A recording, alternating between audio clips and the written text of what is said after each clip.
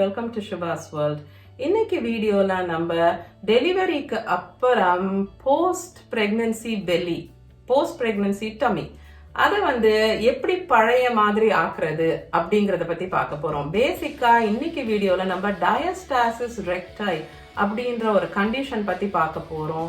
So அந்த condition இருந்ததுன்னா நீங்க என்ன எக்ஸசைஸ் பண்ணி அதை சரி பண்ணிட்டு அதுக்கு அப்புறமா ரெகுலர் டம்மி டோனிங் எக்ஸசைஸ் எல்லாம் பண்ணலாம். இந்த டயஸ்டாசிஸ் ரெக்டை பத்தி தெரிஞ்சுக்கிறது ஏன் ரொம்ப இம்பார்ட்டன்ட், அது உங்களுக்கு இருக்கும்போது நீங்க மற்ற எக்ஸசைஸ் பண்ணி அதை இன்னும் மோசமா ஆக்கிடக்கூடாது அப்படிங்கறதுனால தான் நீங்க அதை பத்தி தெரிஞ்சுக்கணும். ஸோ அதை பத்தின details and 3 basic simple exercise உங்களுக்கு அந்த கண்டிஷன் இருந்ததுன்னா அதை சரி பண்றதுக்கு, அதையெல்லாம் இந்த வீடியோல இன்னைக்கு கவர் ஆக போகுது.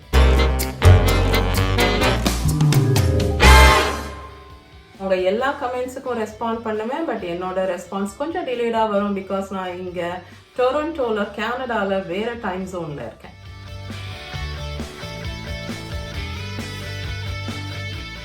ஓகே, ஃபர்ஸ்ட் டயஸ்டாசிஸ் ரெக்டை அப்படின்னா என்ன?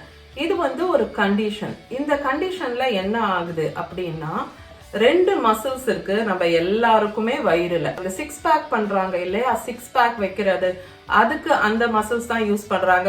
அது நம்மளுக்கு இந்த ரிப் கேஜ் முடியிற இடத்துல இருந்து அந்த 2 மசிலும் நம்ம வயிறுல அப்படியே அடி வரைக்கும் நம்ம உடம்புல இப்படி பேரலா 2 மசில் போகுது. அந்த மசிலுக்கு பேரு ரெக்டஸ் அப்டாமினஸ். அது 2 மசில், அது கனெக்ட் ஆகுறது அந்த கிரீன் கலர்ல கலர் பண்ணிருக்கேன் பாத்தீங்களா, அந்த கனெக்டிவ் டிஷ்யூவால, அந்த கனெக்டிவ் டிஷ்யூக்கு பேரு லீனியா ஆல்பா.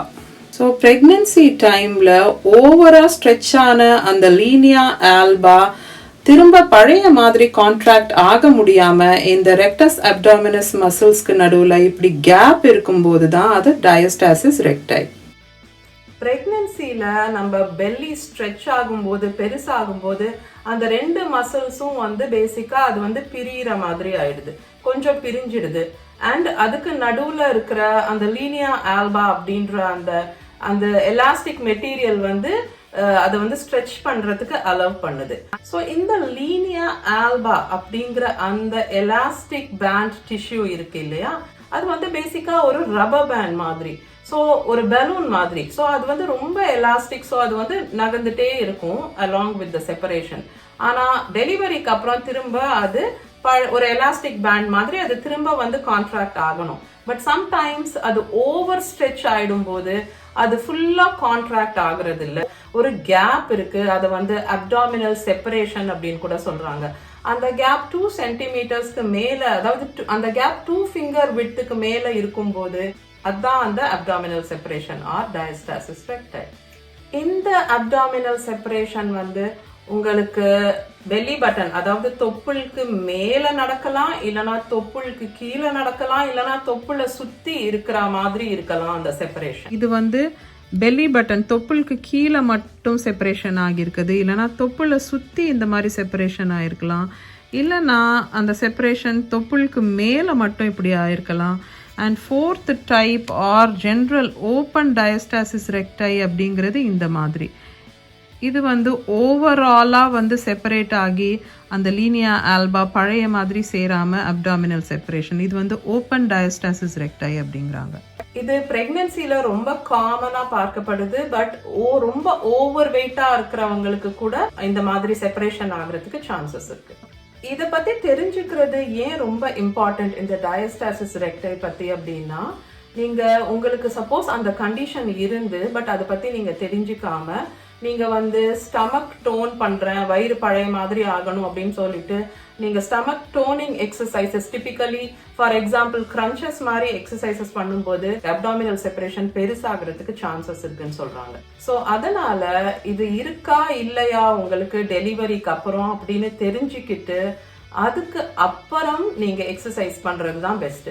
இன்கேஸ் உங்களுக்கு இந்த கண்டிஷன் இருந்ததுன்னா நீங்க சில எக்ஸசைசஸ் அவாய்ட் பண்ண வேண்டியிருக்கும். ஃபார் எக்ஸாம்பிள் கிரன்ச்சஸ் மாதிரி இல்ல சிட்டப்ஸ் மாதிரி எக்ஸசைசஸ், அதாவது வயிறு மேல ஸ்ட்ரெயின் போடுற எக்ஸசைசஸ் நீங்க அவாய்ட் பண்ணிட்டு உங்களோட அந்த செப்பரேஷன் 2 சென்டிமீட்டர்ஸ் ஆர் லெஸ் ஆகுற வரைக்கும் அதை சரி பண்ணிட்டு ட்ரீட்மெண்ட் பண்ணிட்டு அதுக்கப்புறமா தான் நீங்க இன்னுமா மசில் டோனிங் எக்ஸசைசஸ் அதெல்லாம் நீங்க அதுக்கப்புறம் தான் பண்ணலாம். டயக்னாசிஸ் எப்படி பண்ண முடியும்னா, ஆக்சுவலி உங்களோட போஸ்ட் பார்ட்டம் செக்அப், அதாவது டெலிவரிக்கு அப்புறமா நார்மல் டெலிவரியா இருந்தா நீங்க 6 வாரத்துல, இல்ல சிசேரியனா இருந்தா நீங்க 8 வாரங்கள் கழிச்சு உங்க டாக்டர் கிட்ட டெலிவரி முடிஞ்ச அப்புறமா ஒரு போஸ்ட் பார்ட்டம் செக்அப் போவீங்க இல்லையா?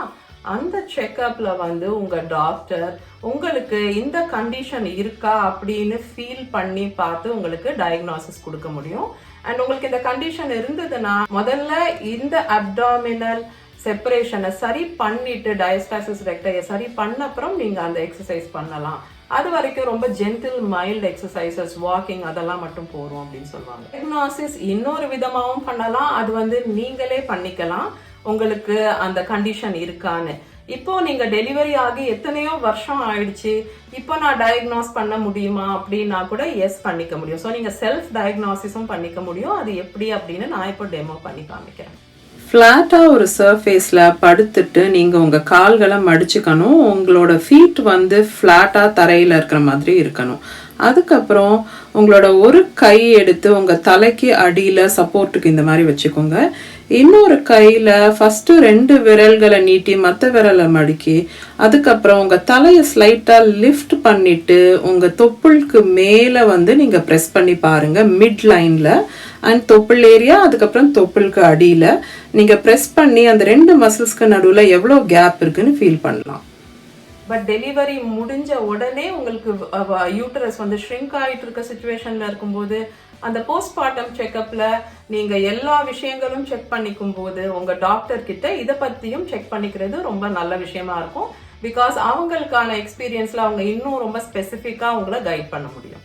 எவ்வளோ செப்பரேஷன் இருக்கு இதெல்லாம் அவங்களால இன்னும் பெர்ஃபெக்டா சொல்ல முடியும் அவங்க எக்ஸ்பீரியன்ஸ்ல. ஓகே, இன்னொரு விஷயம் ஞாபகம் வருது. நிறைய சப்ஸ்கிரைபர்ஸ் வந்து போஸ்ட்மார்ட்டம் பெல்லி ரிடக்ஷன் பத்தி கேட்கும் போது பெல்லி பேண்ட் இல்ல அப்டாமினல் சப்போர்ட் பேண்ட் போட்டுக்கலாமா, அது வந்து பெல்லியை வந்து ரெடியூஸ் பண்ண, வயிறு டம்மியை வந்து ரெடியூஸ் பண்றதுக்கு ஹெல்ப் பண்ணுமா அப்படின்னு நிறைய பேர் கேட்டீங்க. அது வந்து ஹெல்ப் பண்ணாது. பெல்லி பேண்ட் இல்லைன்னா அப்டாமினல் சப்போர்ட் பேண்டுன்னு விற்கிறது வந்து உங்களுக்கு சப்போர்ட் பண்ணும், உங்க வயிறை வந்து சப்போர்ட் பண்ணும், ஸ்ட்ரெயின் இல்லாம பார்த்துக்கும். எஸ்பெஷலி சிசேரியன் பண்ணியிருந்தீங்க அப்படின்னா எல்லாத்தையும் இன் பிளேஸ் ஹோல்ட் பண்றதுக்கும், உங்க உடம்ப உங்க முதுகு எல்லாம் சப்போர்ட் பண்ற மாதிரி இருக்கிறதுக்கு அந்த சப்போர்ட் பெல்ட் ஹெல்ப் பண்ணுமே தவிர அது வயிறை குறைக்கிறதுக்கு எந்த விதத்திலையும் ஹெல்ப் பண்ணாது. அண்ட் உங்களுக்கு இன்கேஸ் பிரெக்னன்சில டயஸ்டாசிஸ் ரெக்டை இருக்கு, ரொம்ப அதிக ஸ்ட்ரெச்சிங்னால உங்களுக்கு இந்த கண்டிஷன் இருக்கு, அப்டாமினல் செப்பரேஷன் இருக்குன்னா அதை இந்த பெல்லி பேண்டால ஃபிக்ஸ் பண்ண முடியாது. இன்கேஸ் உங்களுக்கு டயஸ்டாசிஸ் ரெக்டை இருக்கு அப்படின்னு உங்க டாக்டர் சொல்றாங்க அப்படின்னா நீங்க என்ன எக்ஸசைசஸ் கண்டிப்பா பண்ணக்கூடாது அப்படின்னு இருக்கு. ஸோ நீங்க எழுந்துக்கும் போது உட்காரும் போது அப்படியே நேரா இப்படி எழுந்து உட்கார ட்ரை பண்ணக்கூடாது. ஏன்னா அப்போ உங்க வயிறு மேல நீங்க ஸ்ட்ரெயின் பண்றீங்க. ஸோ எப்பவுமே எழுந்துக்கும் போது ஒரு சைடா ரோல் பண்ணி உங்க கையால வந்து ப்ரெஷர் போட்டு அப்படிதான் நீங்க எழுந்துக்க ட்ரை பண்ணணும். அதே மாதிரி படுக்கும் போது உட்கார்ந்துட்டு சைட்ல அப்படி சாஞ்சி படுத்துட்டு கையோட சப்போர்ட்டோட அதுக்கப்புறம் தான் நீங்க பிளாட்டா ரோல் ஆகணுமே தவிர அப்படியே பிளாட்டா இருந்து எழுந்து உட்கார்றதோ படுக்கிறதோ நீங்க கம்ப்ளீட்டா அவாய்ட் பண்ணணும். அண்ட் உங்களுக்கு டயஸ்டாசிஸ் ரெக்டை இருக்கு அப்படின்னா நீங்க ஹெவி லிஃப்டிங்கையும் அவாய்ட் பண்ணணும். ஸோ நீங்க எவ்வளோ வெயிட் தூக்கலாம், சிம்பிளா சொல்லணும்னா உங்க பேபியோட வெயிட் வரைக்கும் தான் அலவுட். அப்டாமினல் எக்ஸசைசஸ் இருக்குல்ல, கிரன்ச்சஸ், சிட்அப்ஸ், அதெல்லாம் வந்து நீங்க கம்ப்ளீட்டா அவாய்ட் பண்ணணும். அதாவது வயிறு மேல ஸ்ட்ரெயின் போடுற இல்ல வயிற்ற முன்னாடி தள்ளக்கூடியது மாதிரி இருக்கக்கூடிய எல்லா எக்ஸசைஸும் நீங்க கம்ப்ளீட்டா அவாய்ட் பண்ணணும். ஓகே, இப்போ வந்து நான் டயஸ்டாசிஸ் ரெக்டை இருக்கிறவங்களுக்கு வந்து யூஸ்ஃபுல்லா இருக்கக்கூடிய சிம்பிள் பேசிக் 3 எக்ஸசைசஸ் வந்து நான் டெமோ பண்ணி காட்ட போறேன். பட் இதுல நான் பண்ற இந்த எக்ஸசைசஸ் வந்து உங்க டாக்டர் கிட்ட நீங்க பெர்மிஷன் வாங்கின அப்புறமா அதுக்கப்புறமா நீங்க பண்ணலாம். ஏன்னா ஒருத்தரோட கண்டிஷன்ஸ் வேற, ஒருத்தருக்கான காம்ப்ளிகேஷன்ஸ் வேற. உங்க டெலிவரி எவ்வளோ டிஃபிகல்ட்டா இருந்தது, உங்க பிரெக்னன்சி எவ்வளோ டிஃபிகல்ட்டா இருந்தது, அண்ட் உங்களோட டயஸ்டாசிஸ் ரெக்டை எவ்வளோ சிவியரா இருக்கு இல்ல எவ்வளோ கம்மியா இருக்கு, அண்ட் மற்றபடி உங்களோட ஓவரால் ஹெல்த் அண்ட் வெல்பீயிங் ரொம்ப இம்பார்ட்டன்ட். ஸோ உங்கள் டாக்டர் கிட்ட நீங்கள் உங்கள் டெலிவரிக்கு அப்புறம் போகிற அந்த போஸ்ட் பார்ட்டம் செக்அப் 6 weeks ஆர் 8 weeksல ஃபார் நார்மல் ஆர் சிசேரியன் நீங்கள் அந்த போஸ்ட் பார்ட்டம் செக்அப் போகும்போது அப்போ உங்கள் டாக்டர் உங்களுக்கு டயஸ்டாசிஸ் ரெக்டை இருக்கு அப்படின்னு சொன்னாங்கன்னா அப்போ நீங்க இந்த 3 எக்ஸசைஸ் பண்ணலாமா, ஸோ டயஸ்டாசிஸ் ரெக்டைக்கான பேசிக் எக்ஸசைஸ் பண்ணலாமான்னு கேட்டுட்டு அதுக்கப்புறமா நீங்க பண்றது தான் நான் ரெக்கமெண்ட் பண்ணுவேன். முதல் ஸ்டெப் வந்து நீங்க ஃபர்ஸ்ட் ஒரு டீப் பிரெத் எடுத்துட்டு ஒரு பிக் இன்ஹேல் அண்ட் ஒரு பிக் எக்ஸ்ஹேல் பண்ணி முடிச்சிட்டு அதுக்கு அப்புறமா நீங்க உங்க அப்டாமினல் மசில்ஸை என்கேஜ் பண்ணணும். என்கேஜ் பண்றதுன்னா என்ன, உங்க ஃபோக்கஸ் அந்த மசில்ஸ் மேல இருக்கணும் அண்ட் அந்த மசில்ஸை வந்து நீங்க டைட்டன் பண்றதுக்கு ட்ரை பண்ணணும். ஸோ டைட் பண்ணி பேசிக்கா அந்த தொப்புல வந்து நீங்க உங்க ஸ்பைன் பக்கமா முதுகு பக்கம் உள்ள இழுக்கிறீங்க, மூச்சை பிடிச்சிட்டு இல்லை.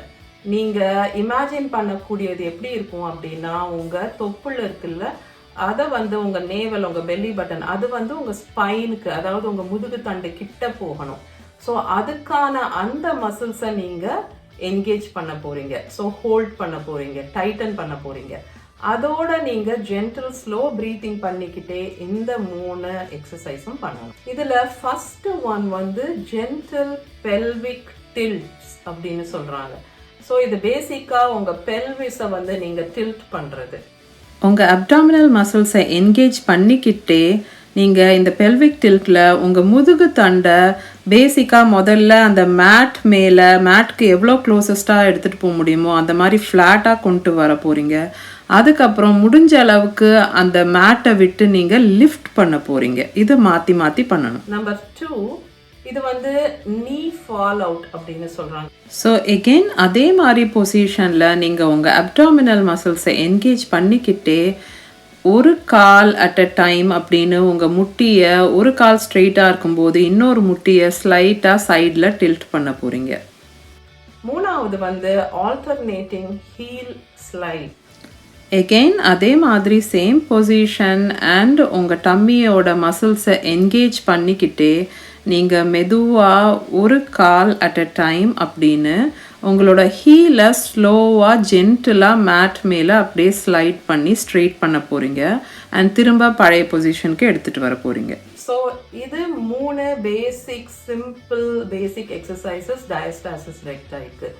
பட் நான் முன்ன சொன்ன மாதிரி உங்கள் டாக்டரோட பெர்மிஷன் வாங்கிட்டு தான் நீங்கள் இதை பண்ணலாம். இது வந்து கொஞ்சம் கொஞ்சமாக 2 times 5 timesனு ஆரம்பிச்சு ஒரு சைடும் 10 times வரைக்கும் நீங்க பண்ணலாம். உங்களுக்கு கம்ஃபர்டபுள் ஆக ஆக நீங்க கிராஜுவலா அதை இன்க்ரீஸ் பண்ணலாம். அண்ட் உங்க டயஸ்டாசிஸ் ரெக்டை சரியான அப்புறமா நீங்க மற்ற dummy toning exercises and core strengthening exercise அது எல்லாமும் நீங்க பண்ணலாம். வெயிட் லிஃப்ட் பண்ணலாம். முன்ன நீங்க என்னென்ன எக்ஸசைஸ் பண்ணிட்டு இருந்தீங்களோ அது எல்லாமும் அதுக்கப்புறமா நீங்க பண்ணலாம் அப்படின்னு சொல்றாங்க. ஓகே, ஸோ இந்த வீடியோக்கு அவ்வளோதான்.